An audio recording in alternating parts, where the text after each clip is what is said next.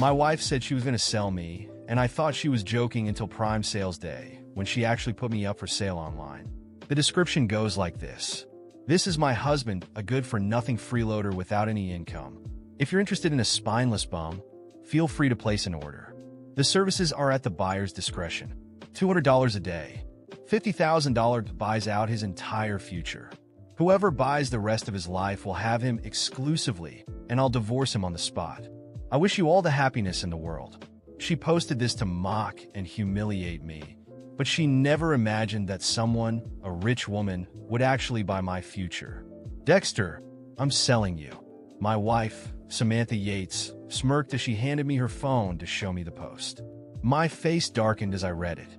When we got married, I already had my own business. Afterward, she enjoyed the good life I provided. I even built her parents a house back home worth hundreds of thousands and gave her brother $200,000 to help him buy a house and get married. In our third year of marriage, my tech platform company went under. Since then, I've been working from home, developing a video game.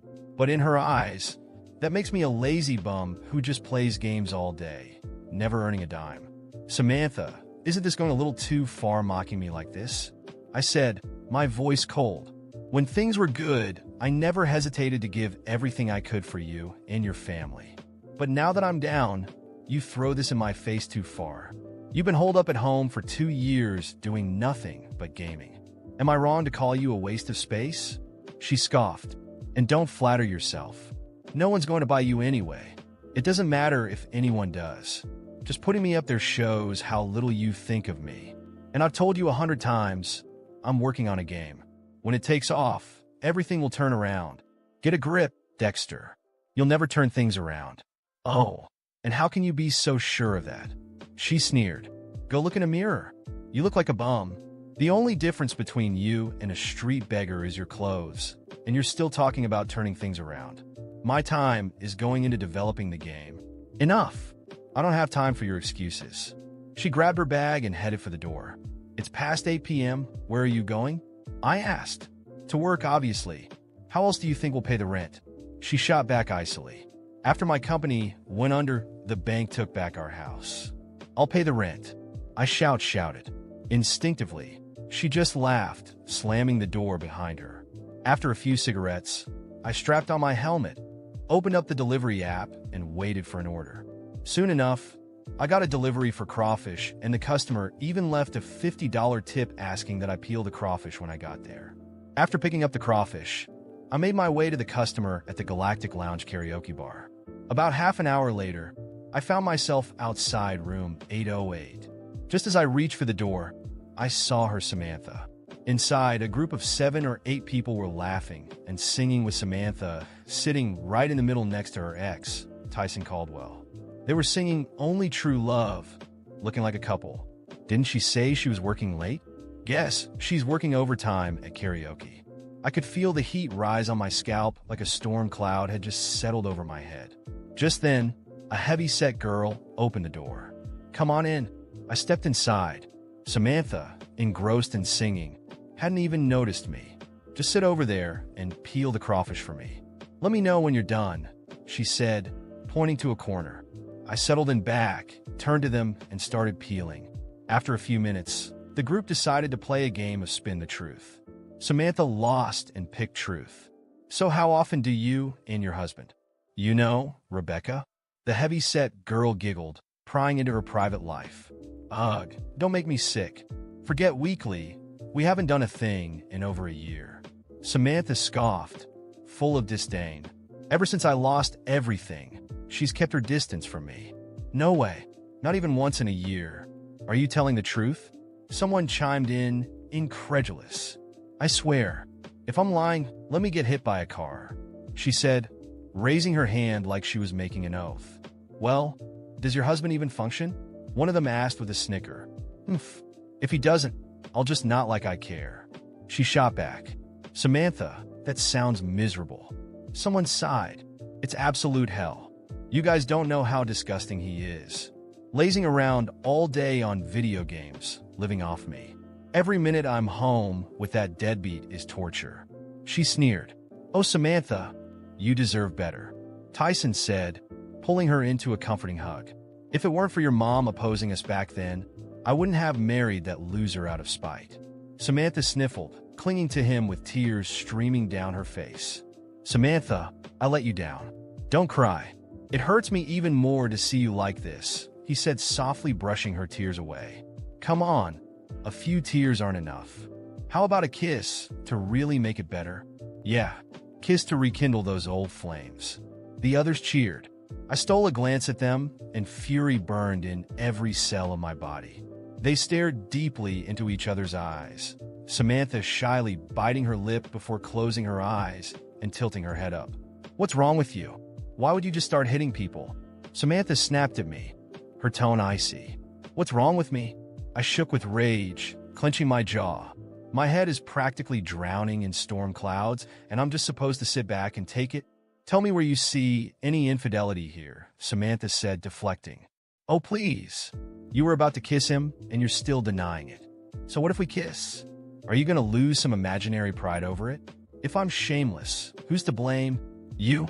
You live like a spineless loser, like some maggot in a sewer. Disgusting and worthless. She spat. My chest felt like it was going to explode. If you can't make Samantha happy, maybe you should take the high road and set her free, Rebecca suggested smugly. Right.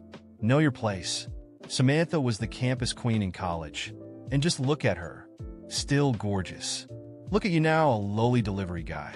How much do you even make a day? Another girl added, scoffing. Turns out these were all Samantha's college friends. Go take a long look in the mirror. After what I witnessed that night, the rage consuming me was indescribable. My head boiled as I left that karaoke bar, leaving the peeled crawfish on the table, just as she had ordered, but not without casting one final look at Samantha. She barely noticed my exit, too busy laughing and being comforted by her ex-boyfriend, Tyson. The mere thought of his name made my stomach churn. On the way back home, her words echoed relentlessly in my mind. Disgusting and worthless. That's how she saw me. Nothing more than a dead weight, a beggar in better clothes. And the worst part was the smug look on her face, as if I was powerless to fight back, as if it was my destiny to endure all of it. When I got home, I sat on the couch for hours, staring at the wall. My life wasn't just a failure in her eyes. It was as though I didn't even have the right to try and make things better. I could have exploded in that karaoke room, shouted, fought back, but no. I wouldn't give her and that group of parasites the satisfaction of seeing me lose control. She thought I was weak? Well, Samantha was about to find out who the real weak one was. I spent the entire night planning. The next day, while Samantha was still asleep, I reviewed every document and contract proving the money I had poured into her family. That house I built for her parents? It was in my name. The loan I gave her brother? Not a cent had been paid back. Every detail was documented, and I knew exactly how to use it. When she woke up, acting as if nothing had happened, my mind was made up. She tried to ignore me while preparing coffee, but I interrupted her. Samantha, we need to talk. She gave me a bored look, as if already expecting another pathetic attempt from me. What is it now, Dexter? Are you going to whine about that post again? She said, scrolling through her phone. I took a deep breath to keep from snapping. I'm not going to whine. I'm just going to tell you that I'm done. Done being treated like garbage by someone I put on a pedestal for years. You want to sell me? Fine. But let's start by settling your debts first. She froze, finally looking at me with a mix of confusion and suspicion. What are you talking about? I'm talking about your parents' house, the money I gave your brother. All of it is documented, and I'm demanding it back. Don't worry, I won't humiliate you publicly like you did to me. I'll handle it the proper way, legally. Her face went pale for a moment, and I thought I saw a flicker of fear. But, as always, she quickly regained her composure. You're pathetic. Are you really going to fight over money now, Dexter? After everything I've done for you? I laughed, unable to believe her audacity. Everything you've done for me? Samantha, you've never done anything for me that wasn't about what you could gain in return. But don't worry, you won't have to deal with me much longer. Our marriage is over. She stared at me in disbelief, then let out a derisive laugh. You think you can make it on your own? Look at you. You have nothing, Dexter. Nothing. I'm the only thing standing between you and living on the streets? It's funny you say that, because that's exactly how I've felt about you for years. But now I realize I was wrong. You were never my support, Samantha. You were the weight I carried for far too long. I grabbed my things and walked out, leaving her standing there in the kitchen.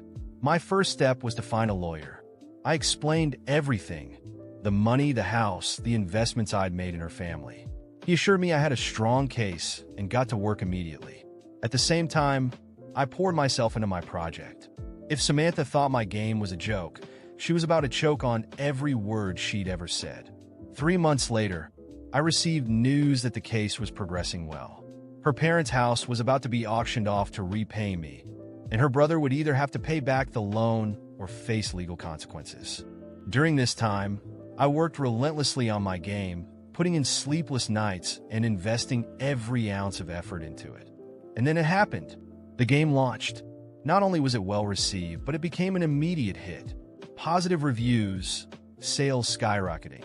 Within weeks, I was earning more money than I'd ever imagined. When I received my first million, the only thing I felt was relief. It wasn't about the money. It was about proving to myself that I wasn't the failure Samantha claimed I was. One day, as I was reviewing contracts in my new office, I got an unexpected message. It was from Samantha. "We need to talk. I'm sorry for everything. Can we start over?" I laughed out loud reading it. She was desperate. Through mutual acquaintances, I learned that her brother had to sell his house and that her parents were struggling financially. And Samantha? Tyson had abandoned her as soon as he realized she was no longer financially stable. I ignored the message. Samantha was part of a chapter in my life that was closed for good. Today, I'm focused on the future, on my success, and on never letting anyone treat me the way she did again. Because contrary to what she believed, I was never weak. I was just waiting for the right moment to show my strength. When I received that message from Samantha asking to talk and start over, I felt a mix of disgust and satisfaction. There she was, the same woman who once treated me like dead weight, now crawling back into my life. Ignoring her wouldn't be enough, not after everything she'd done. She needed to feel the humiliation and pain she had so easily inflicted on me. I agreed to meet her. I chose an upscale restaurant, the kind of place she used to love when we were living the high life. I knew she couldn't afford it now, and that was part of the plan. When I arrived, Samantha was already there, dressed in an outfit that clearly didn't match the sophistication of the venue. She tried to look elegant, but her tired expression and fake smile gave away her desperation. "Dexter, you came," she said nervously, forcing a smile. "Of course I did. How could I miss an opportunity like this?" I replied, sitting down calmly. I ordered the most expensive wine on the menu, making sure the waiter announced its price out loud. Well, I wanted to apologize for everything. I was such an idiot. I didn't know how to appreciate you, Samantha began, her voice rehearsed and shaky. "Oh, don't worry. I appreciated you enough for both of us," I retorted, my smile cold. She went on, talking about how everything had gone wrong for her, how Tyson had abandoned her, how her parents were about to lose their house, and how she missed the man I used to be. Every word felt like a pathetic attempt to gain my sympathy. I let her talk, watching every gesture, every fake expression of regret. "You know, Samantha, you're right. I've changed, but not because of you. Despite you," I said, my voice firm. "You humiliated me, treated me like garbage, exposed me to the world as a failure. And now that you're at rock bottom, you expect me to save you." She tried to defend herself, but I raised my hand, cutting her off. "I'm not finished. Do you know what I did after I left? I worked. I fought. I proved that I'm so much more than you ever imagined. Today, I have a multi-million-dollar business, international contracts, and people who respect me. And do you know what you have? Nothing. Because that's exactly what you deserve." Her face went pale. The people at nearby tables began glancing our way, sensing the tension. "Remember that ad you made to sell me?" I continued, leaning slightly forward. "Well, Samantha, today I wouldn't pay a single cent for you."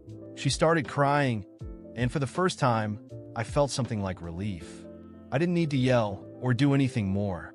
Her tears were proof that she finally understood the magnitude of what she'd lost. I stood up, placing cash on the table to cover the bill. Before leaving, I looked at her one last time. Good luck, Samantha. You're gonna need it. I walked out of that restaurant without looking back. Not because I was running away, but because that chapter of my life was finally closed. Today, my life is in a place I could hardly have imagined just a few years ago. My gaming company has grown exponentially. Our latest release was a global success, and the media regularly seeks me out for interviews. I live in a modern home overlooking the ocean, surrounded by people who value and believe in me.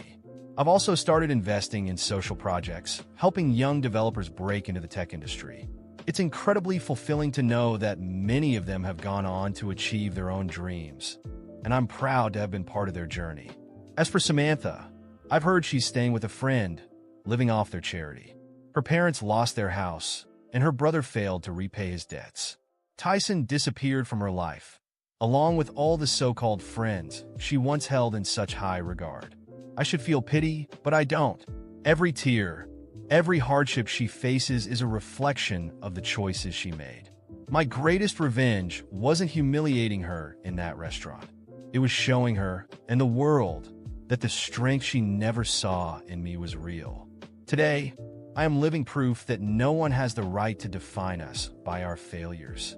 Yes, I fell, but I got up stronger than ever. And Samantha?